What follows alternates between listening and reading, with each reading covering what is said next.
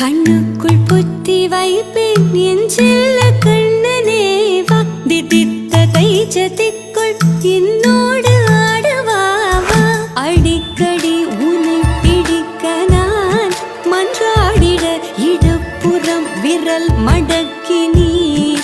காட்டிட என் Kannan